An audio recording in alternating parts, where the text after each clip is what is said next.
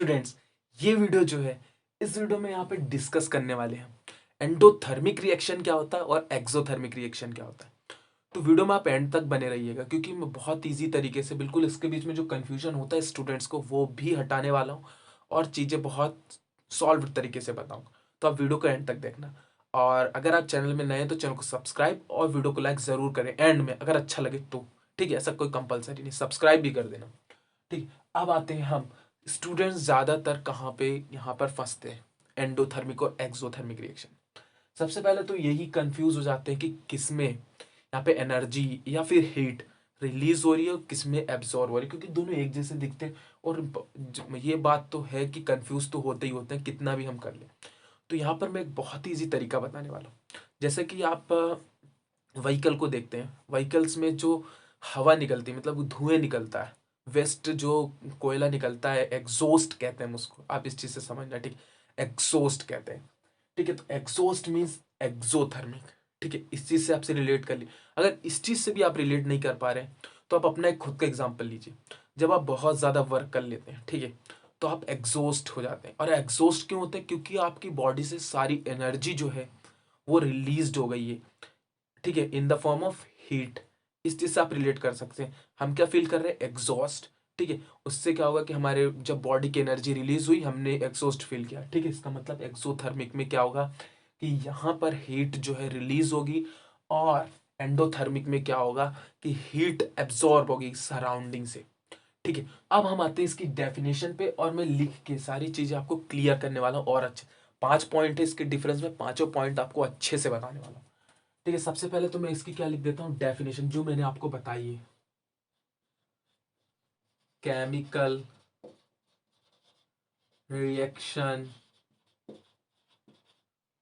Where energy is absorbed by the system। तो देखिए, सबसे पहले केमिकल रिएक्शन, किसी भी सिस्टम की ऐसी केमिकल रिएक्शन जो एनर्जी को क्या करती है यहाँ पर एब्जॉर्ब करती है, उसे हम क्या कहते हैं? Endothermic reaction. और इसमें देखिए chemical reaction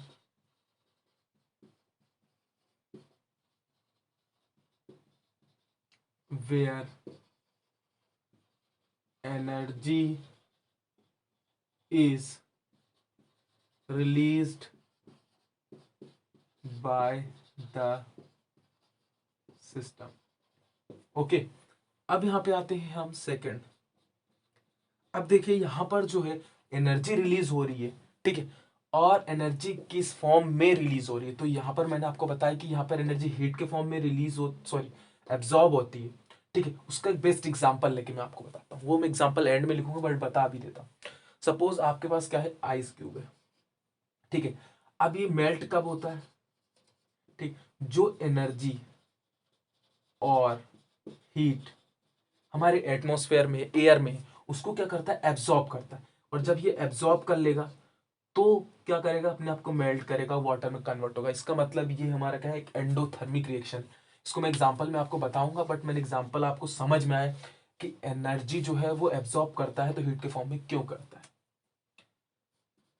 absorb energy in form of heat. इसमें क्या होगा? देखिए, इसमें रिलीज करता है, जरूरी नहीं है कि वो हीट हो, वो इलेक्ट्रिसिटी भी हो सकती है, वो साउंड भी हो सकता है, किसी भी फॉर्म में ये यहाँ पर केमिकल रिएक्शन जब होगी तो वहां पे एनर्जी को रिलीज कर सकता है। तो देखिए, releases energy in form of heat, sound, electricity etcetera. ठीक है, अब देखिए थर्ड में क्या होगा। थर्ड इससे बिल्कुल रिलेट करता है, दोनों से रिलेट करता हुआ। सबसे पहले वो क्या बोला कि सिस्टम जो एनर्जी को एब्जॉर्ब करता है उसे हम एंडोथर्मिक कहते हैं।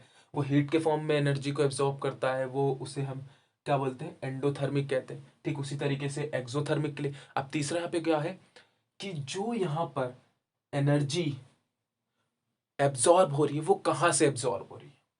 Absorb energy in the form of heat लिख तो दिया, मैंने आपको बताया कि इन्वायरमेंट या फिर एटमॉस्फेयर से। तो यहाँ पे हम क्या लिखेंगे और यहाँ पे क्या लिखेंगे, दोनों में बताते हैं। Origin of energy from the environment, ठीक है। और यहां पर क्या होगा,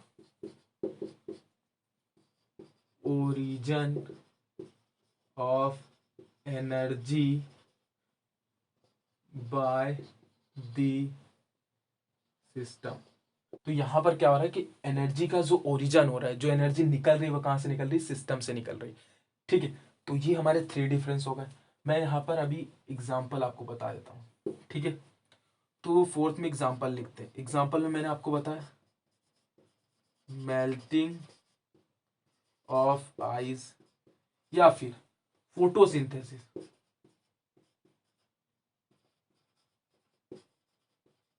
ये भी एक अच्छा एग्जाम्पल है। और एक एग्जाम्पल अच्छा बताता हूँ, इवोपोरेशन। इवोपोरेशन ये भी एक अच्छा एग्जाम्पल है, और ईटीसी और भी एक एग्जाम्पल।